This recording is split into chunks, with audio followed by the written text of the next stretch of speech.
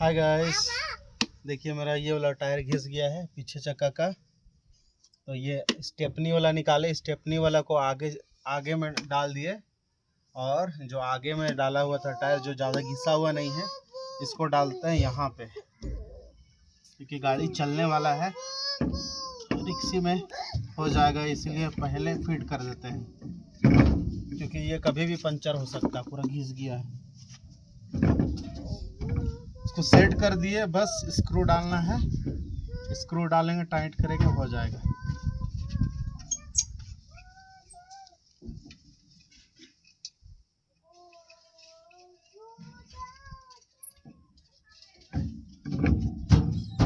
तो चलिए गाइस फटाफट करते हैं, फटाफट कसते हैं। हो गया जी।